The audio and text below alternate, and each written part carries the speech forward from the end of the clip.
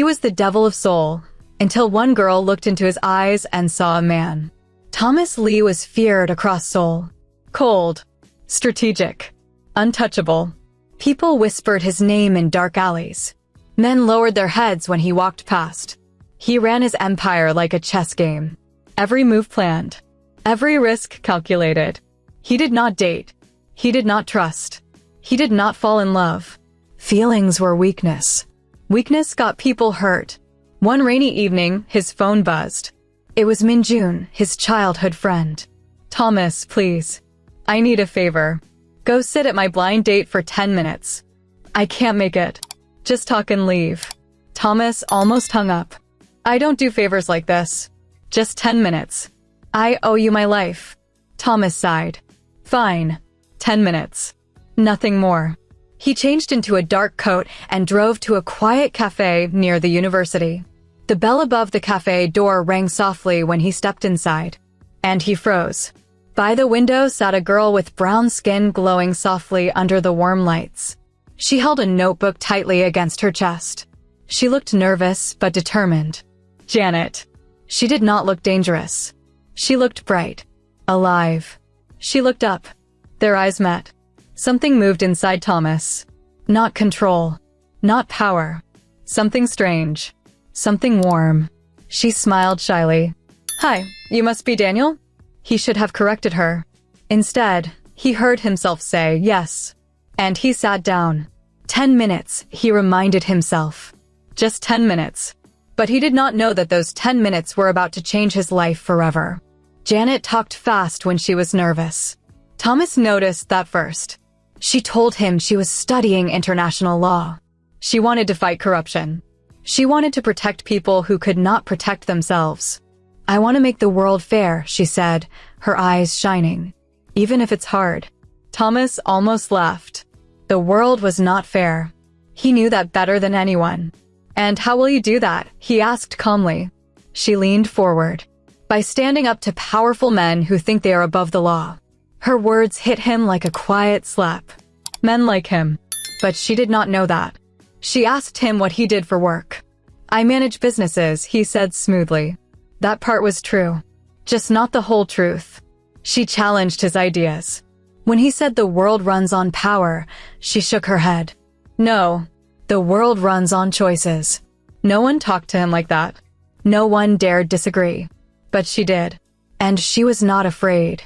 When she laughed at one of his dry jokes, he felt something twist in his chest. 10 minutes passed. Then 20.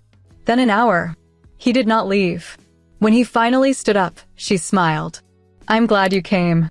He walked out into the cold night air. His heart was beating too fast. This was foolish. He had enemies watching him. Rivals waiting for weakness. Yet all he could think about was the girl by the window. Janet. The law student who wanted to destroy men like him. For the first time in years, Thomas Lee could not focus. The next morning, his men noticed. Thomas sat at the head of a long table in his office. Papers were spread in front of him.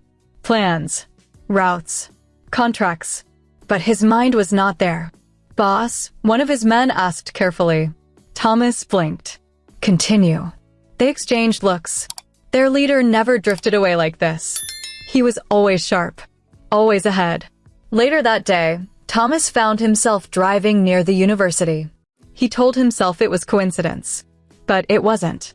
He saw her outside, sitting on a bench reading. He watched from inside his car. She looked peaceful, safe, and he felt something he had not felt in years. Fear. Not for himself. For her. His world was dark. Dangerous. If she stepped into it, she could get hurt. He drove away before she could see him. That night, he ordered something shocking. He called his financial advisor. Move the nightclub assets. Quietly. "Sir, we are going legal." Slowly. "Clean investments only." The man on the other end hesitated. "That will upset some people." Thomas's eyes turned cold again. Let them be upset. For years, he had been planning to leave the violence. To turn his empire into real businesses. Real companies. But he always delayed. Until now. Janet did not know it. But she had already changed something inside him. A week later, Janet found out the truth. She was walking out of the library when 2 black cars pulled up nearby. Men stepped out. Strong. Silent. They opened a door. And Thomas stepped out. Not in casual clothes. In a sharp suit. Surrounded by guards. Students froze. Whispers spread. That's Thomas Lee, the Mafia boss. Janet's heart stopped. No, it couldn't be. Thomas saw her. For a moment, the world went quiet. She walked toward him slowly. Tell me they're lying, she said softly. He did not lie to her this time. I lead an organization. An organization that hurts people? He did not answer. Her eyes filled with anger. You pretended to be someone else. Yes, you're everything I stand against. Her words were sharp. Sharp enough to cut. But he did not look away. I am trying to change it, he said quietly. She shook her head. People like you don't change. That hurt more than any bullet ever could. She turned and walked away. Thomas did not follow. He stood there, watching her leave. And for the first time in his life, he felt powerless. That night, trouble came. A rival gang leader named Kyne had been watching Thomas closely. He had heard rumors. The boss is distracted, Kong told his men. Weak. And weak leaders get attacked. A warehouse owned by Thomas's company was set on fire. Phones rang nonstop. His men demanded revenge. Give the order, they said. Thomas sat silently, staring at the flames on a screen. Violence would be easy. Violence was familiar. But Janet's voice echoed in his mind. The world runs on choices. He closed his eyes. No retaliation, he ordered. The room went silent. Boss, we're done with that life. Some of his men looked shocked. Some looked angry. But none dared disobey. Later that night, Thomas received a message. Unknown number. Stay away from the girl, or she gets hurt. His blood ran cold. They knew. He had kept her separate from his world. But enemies were smart. He stepped onto his balcony, the city lights glowing below. He had 2 choices. Push her away forever to keep her safe. Or fight in a new way. Not with guns. Not with fear. But by stepping fully into the light. His phone buzzed again. A picture. Janet leaving campus. Taken from far away. Thomas's jaw tightened. For years, he feared nothing. But now, he was afraid of losing something he had just found. Thomas did not sleep that night. He kept looking at the photo of Janet walking out of campus. It wasn't a threat anymore. The next message had come an hour later. Relax. Just business pressure. Stay focused. It wasn't about hurting her. It was about testing him. Kong and the others wanted to see if Thomas would lose his calm because of a girl. And for the first time in years, he almost had. The next morning, Thomas made a different kind of move. No weapons. No threats. No revenge. He called a press conference. His advisors nearly fainted. Sir, are you sure? They asked. Yes. Cameras flashed as Thomas Lee stepped onto a stage in a clean, bright hall. No dark suits surrounding him. No guards in sight. Reporters whispered. The Mafia boss is going public? Thomas looked straight ahead. From today, he said calmly, all my businesses will operate under full legal review. Transparency. Community partnerships. No hidden activities. Gasps filled the room. It was bold. It was risky. But it was clean. Across town, Janet was in the university cafe when the news played on television. She froze when she saw him. He looked different. Still serious. Still powerful. But not hidden. Her classmates murmured, Isn't that the guy who came to see you? Janet swallowed. She watched him carefully. He wasn't smiling. But he wasn't cold either. He looked determined. Her phone buzzed. A message from him. I told you I was trying to change it. Her heart beat faster. She didn't reply. But she didn't block him either. Days passed. Thomas stayed away from campus. He didn't want to pressure her. Instead, he did something unexpected. He donated anonymously to the university's legal aid program. He funded scholarships for international students. He invested in small local businesses that had been struggling. Quietly. No headlines. No praise. Janet noticed. Her professor even mentioned it. Whoever this donor is, he said, they believe in justice. That word echoed in her mind. Justice. One evening, as the sun painted the sky orange, Janet walked alone near the Han River. She needed fresh air. She needed to think. Still fighting the world, a calm voice asked behind her. She turned. Thomas. No guards. No black cars. Just him. How did you know I'd be here? She asked. You said on our first night you come here when you're overwhelmed. She blinked. He remembered. They walked side by side in silence for a while. I saw the press conference, she finally said. I meant every word. Why now? She asked softly. Thomas looked at the water. Because I was tired of being feared. And because you made me question who I was becoming. She studied his face. He wasn't pretending. She could see it in his eyes. I don't trust you, she said honestly. I know. But I don't see the same man everyone describes either. That's because I've been trying to leave that man behind. The wind blew gently. For the first time, there was no tension between them. Just honesty. You hurt people before, she said quietly. Yes. And you can't erase that. No. But I can choose differently now. She remembered her own words. The world runs on choices. Her heart softened, just a little. You lied to me that night, she said. I did. And I was angry. You had every right. But she hesitated. I also felt something. Thomas looked at her carefully. So did I. The air felt lighter. Not dangerous. Not heavy. Just real. I can't promise anything, Janet said. I'm not asking for promises. What are you asking for? A chance to prove that I'm not the man you think I am. She looked at him for a long moment. Then she nodded once. One chance. Thomas didn't smile widely. But his eyes warmed. And that was enough. Over the next few weeks, they met in simple places. Bookstores. Small cafes. Campus events. Thomas listened more than he spoke. He asked about her dreams. Her childhood back home before moving to Seoul. Her mother's strength. Her fear of failing. No one had asked him about his fears before. But Janet did.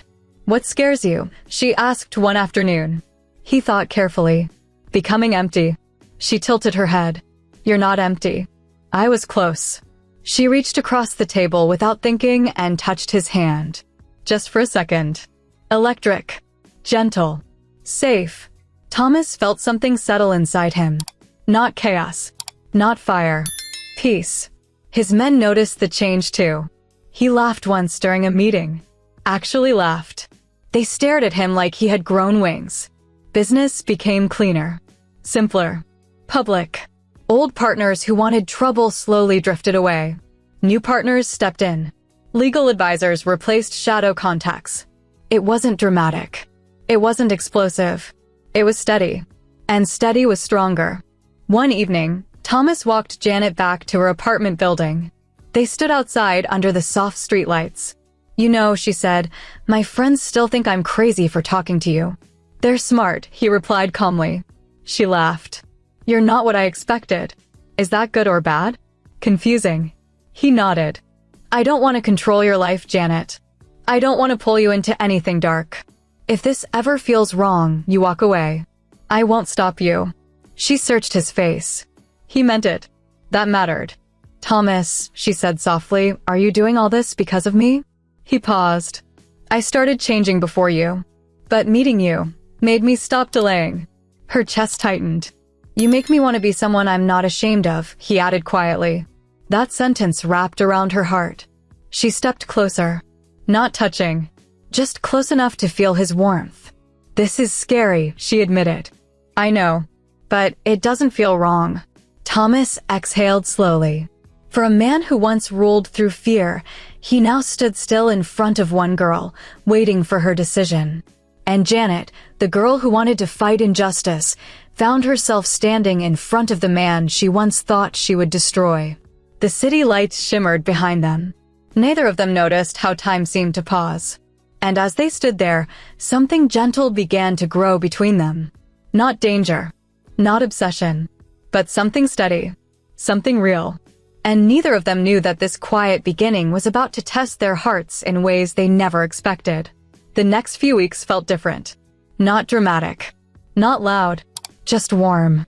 Thomas began walking Janet to class in the mornings when his schedule allowed. He would wait outside with a coffee in his hand, pretending to check emails, but really just watching for her smile. She started saving him a seat at the small campus cafe. At first, students stared. Whispers followed them. But Thomas no longer reacted. He wasn't there to be feared. He was there for her. One afternoon, Janet was studying hard for a big exam. Books were spread everywhere. Sticky notes covered the table. Thomas sat quietly across from her. "You've been reading the same page for 10 minutes, he said gently. She sighed. "I'm tired." He slid a small chocolate bar toward her. "You need sugar." She blinked. "You carry emergency chocolate?" "For emergencies only." She laughed so loudly that people turned to look. That laugh did something to him. It made the world softer. Janet began to notice small things about him too. He always held doors open. He listened fully when she spoke. He never interrupted her dreams with doubt. One evening, she asked, "Why don't you ever talk about your childhood?" Thomas was quiet for a moment. "I grew up learning that showing emotion makes you weak," he said finally. "And do you still believe that?" He looked at her. "No." She reached for his hand again. This time, she didn't pull away quickly. Their fingers stayed together. Comfortable. Safe. For Thomas, that simple touch felt bigger than any deal he had ever closed. As Thomas worked to clean his businesses, his days became longer but lighter. He shut down operations that were still questionable. He replaced managers who resisted change. But there were no explosions. No chaos. Just paperwork. Meetings. Decisions. Janet supported him in her own way. She would sit beside him in his office sometimes, doing her assignments while he reviewed contracts. "Read this clause," she would say suddenly. "It needs clearer wording." He would smirk. "You're correcting my lawyers now?" "Yes." And he would actually change it. The more time they spent together, the more their walls dropped. One rainy evening, they found themselves stuck under a small shop roof while waiting for the rain to stop. Janet hugged herself. "I forgot my umbrella." Without hesitation, Thomas took off his coat and placed it over her shoulders. "You'll get cold," she protested. "I've survived worse than rain." She looked up at him. Raindrops rolled down his hair, down his face. For once, he didn't look like a powerful boss. He looked like a man. Just a man. "Thomas," she whispered. "Yes." "Why did you really stay that night at the cafe?" He didn't hesitate this time. "Because when you looked at me, you didn't look afraid." Her heart pounded. "I didn't know who you were." "Exactly." She stepped closer. "I'm not afraid now either." The rain slowed, but neither of them moved away. He gently brushed a drop of water from her cheek. Slow. Careful. Like she was something precious. Their eyes locked. And this time, when he leaned closer, she didn't step back. Their first kiss was soft. Not rushed. Not hungry. Just two hearts trying something new. When they pulled apart, both of them were breathing differently. Janet smiled shyly. "I guess this is dangerous," she whispered. Thomas shook his head slightly. "No, this feels right." Their love grew quietly but deeply. Thomas started opening up more. He told her about nights when he couldn't sleep because of old regrets. She told him about the pressure she felt to succeed, to prove herself in a foreign country. They learned each other's fears. They learned each other's strengths. Thomas stopped hiding her. He invited her to a public charity dinner his company sponsored. No secret entrances. No shadows. When they walked in together, cameras flashed. Janet squeezed his hand nervously. "You don't have to do this," she whispered. "I want to." Inside, he introduced her simply. "This is Janet." Not as a possession. Not as a trophy. Just Janet. She noticed how his employees respected him differently now. Less fear. More admiration. After the event, they walked by the river again. "Do you regret meeting me?" she asked suddenly. He stopped walking. "Never. Even though your life became complicated, my life became clearer." She swallowed. "I'm still going to fight injustice, you know. I expect you to. What if one day we disagree? Then we talk. We learn. We choose better. Her chest tightened at that word again. Choose. She realized something. Thomas didn't want to own her. He wanted to grow with her. That scared her in a new way, because it felt real. Deep. Serious. She turned to face him fully. Thomas Lee, she said softly, I think I'm falling in love with you. The world seemed to pause. For a man who once believed love was weakness, the words hit him like sunlight breaking through dark clouds. He lifted her chin gently. I don't think I'm falling, he replied. I already have. Her eyes filled with tears, but she smiled. And as they stood there under the city lights of Seoul, something strong and steady formed between them. Not built on fear, not built on lies, but built on choice. And for the first time in his life, Thomas Lee didn't feel like a man running an empire. He felt like a man building a future. But even as their love deepened, life was about to test just how strong that future could be. The night Janet said she was falling in love with him, Thomas did not sleep. Not because of danger, not because of business, but because for the first time in his life, his heart felt full.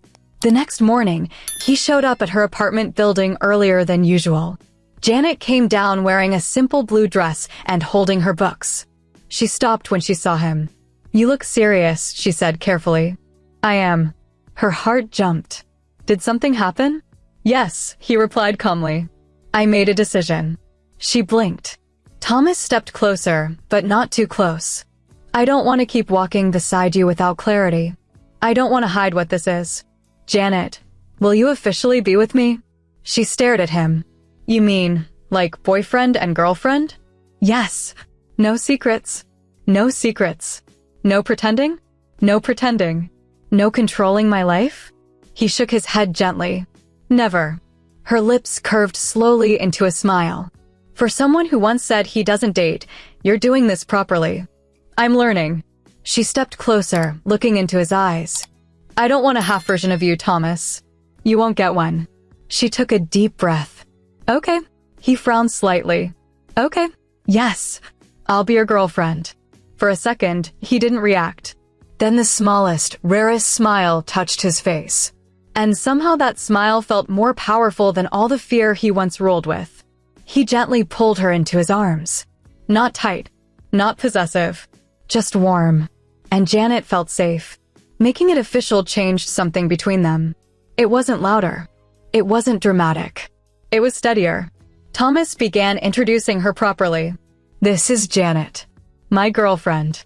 The word felt strange on his tongue at first, but he liked it. At the office, his staff noticed the shift. He was calmer, more patient. He even allowed open discussions during meetings. One afternoon, Janet visited him unexpectedly with lunch she had packed. His assistant almost fainted when she walked in confidently. Is he busy? She asked sweetly. For you? I don't think so. When Thomas saw her sitting on his couch, holding 2 lunch boxes, his eyes softened immediately. You cooked? He asked. Yes. Don't complain.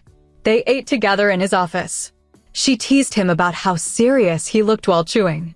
He teased her about how dramatic she was when explaining cases. It felt normal, healthy, real. Later that week, they went on their first proper date as an official couple. No blind date confusion. No pretending. Just them. Thomas chose a quiet rooftop restaurant overlooking the city lights of Seoul. When they arrived, Janet looked around in awe. This is beautiful. He watched her instead of the view. Yes, he said softly. She caught him staring. Stop. I can't. She laughed and shook her head. Over dinner, they talked about small things. Favorite childhood memories. Dream vacation spots. What kind of house they would live in one day. Janet suddenly stopped mid-sentence. Wait, she said slowly. Did you just imagine a future with me? Thomas did not hesitate. Yes. Her cheeks turned warm. That's fast. I move carefully. But when I decide, I don't hesitate. Her heart melted a little more. After dinner, they stood by the railing, looking at the city below. So this is what dating feels like, she teased. I wouldn't know. This is my first time. She stared at him. You're serious? I told you. I don't date. And now? Now I do. She leaned her head gently against his shoulder. The city lights shimmered below them. Cars moved like tiny stars. Are you happy? She asked quietly. He thought about it. About his past. About the fear. About the emptiness. Yes, he said honestly. I am. For Janet, hearing that meant everything. Because she knew he did not say things lightly. Their relationship became stronger with each passing day. They studied together. Worked together. Prayed quietly in their own ways. Encouraged each other. Janet pushed him to attend community forums and speak openly about ethical business. Thomas supported her during presentations and mock trials. When she got nervous before a big debate competition, he sat in the front row, calm and steady. After she won, she ran straight into his arms. I did it. I knew you would. You didn't even look surprised. I wasn't. She laughed and kissed his cheek. People around them whispered again. But this time, it wasn't fear. It was curiosity. Respect. Over time, Thomas's name began to change in public opinion. From feared boss to powerful businessman. From shadow leader to strategic reformer. And beside him, always steady, was Janet. One evening, as they walked hand in hand under soft streetlights, Janet squeezed his fingers. Do you ever think about how strange our beginning was? A blind date that wasn't mine, he said. And a law student who wanted to fight men like you. He smiled slightly. And now? Now I'm dating the man I once thought I would arrest. He laughed quietly. And I'm dating the woman who made me want to deserve her. They stopped walking. She looked up at him. Thomas. Yes. I don't regret saying yes. His grip tightened gently. Neither do I. Their love wasn't loud. It wasn't dramatic. It was growing deeper roots every day. But love that grows strong always faces moments that test how deep those roots truly go. And soon, a new challenge, not violent, not dark, but deeply personal, would arrive at their door. The new challenge came quietly. Not through enemies. Not through danger. But through family. One Sunday afternoon, Janet sat on her bed staring at her phone.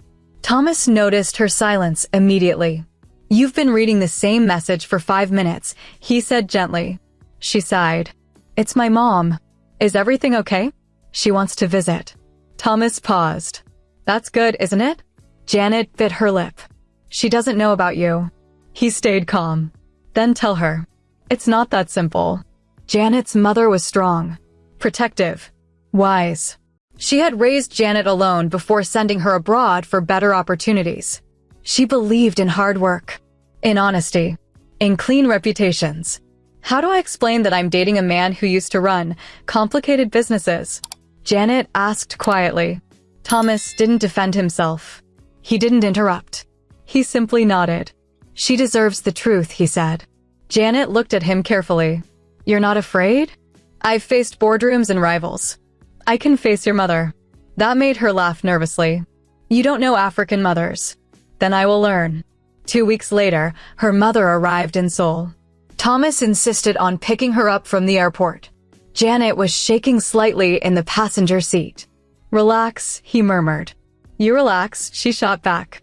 At the arrival gate, her mother stepped out pushing her suitcase. Graceful. Observant. Strong eyes. Janet ran forward and hugged her tightly. Then she turned. Mama, this is Thomas. Thomas bowed respectfully. It's an honor to meet you, ma'am. Her mother studied him. Long. Silent. With a gentle smile. You are very tall, she said finally. Janet blinked. Thomas smiled slightly. Yes, ma'am. They drove home together. The car was quiet at first. Then her mother began asking questions. What do you do? I manage investment and development companies. Legal. Yes, ma'am. Stable? Yes. Do you treat my daughter well? Thomas didn't hesitate. With everything I have. Her mother hummed softly. That evening, they ate dinner together in Janet's apartment. Thomas had arranged the food carefully, even learning how to greet her properly in her native language. Janet noticed. Her heart softened all over again. After dinner, her mother asked to speak with Thomas alone on the balcony. Janet nearly fainted. Thomas stepped outside calmly. Her mother folded her arms. You love her? Yes. You understand she has dreams? I support them. You will not silence her voice? Never. Her mother's eyes searched his face deeply. I can see you were once a hard man. Thomas didn't deny it. I was. And now? I'm trying to become better. There was no pride in his voice. Just honesty. Her mother nodded slowly. Good. Because my daughter does not need a powerful man. She needs a good one. Thomas bowed his head slightly. I understand. Inside, Janet paced nervously. When they finally came back in, her mother sat beside her. He is serious, she said simply. Janet blinked. That's it. That's it for now.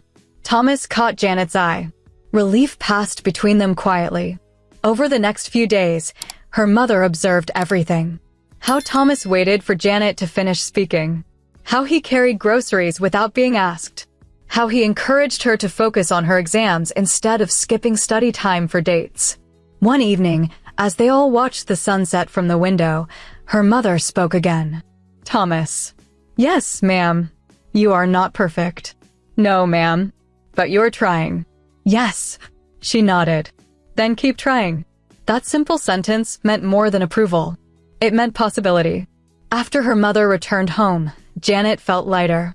You survived, she teased him. I told you I would. You were nervous. Very. She laughed. I like that you get nervous about things that matter. He pulled her gently closer. You matter. She rested her head against his chest. Their relationship felt stronger now. Not just private affection. Not just romantic moments. But foundation. Family. Intentions. Weeks turned into months. Janet continued excelling in school. Thomas expanded his legal enterprises. He even began mentoring young entrepreneurs publicly, speaking about ethical growth and second chances. People began to see him differently. Not as a feared legend, but as a disciplined leader who changed direction. One evening, as they walked through a quiet park, Janet stopped suddenly. What? He asked. I was thinking about something. Dangerous. She smiled. When we first met, I thought you represented everything wrong with the system. And now? Now I see someone who chose to change it from the inside. He looked at her softly. You still challenge me. Good. They stood under a tree, soft lights glowing around them. Thomas, she whispered, where do you see us going? He didn't answer quickly. He thought. Carefully. I see peace, he said finally. I see partnership. I see building something honest. Her heart beat faster. And I see you beside me, he added. She felt warmth spread through her chest. Not rushed. Not pressured. Just certain. But as life continued to move forward gently, another kind of test began forming. Not from family. Not from enemies. But from opportunity. A prestigious international internship offer arrived in Janet's email. And it wasn't in Seoul. Janet stared at the email for a long time. Her hands felt cold. It was real. An international internship in London. One of the best legal programs in the world. Only 5 students were chosen globally. And she was one of them. Her heart should have jumped with excitement. But instead, it felt heavy.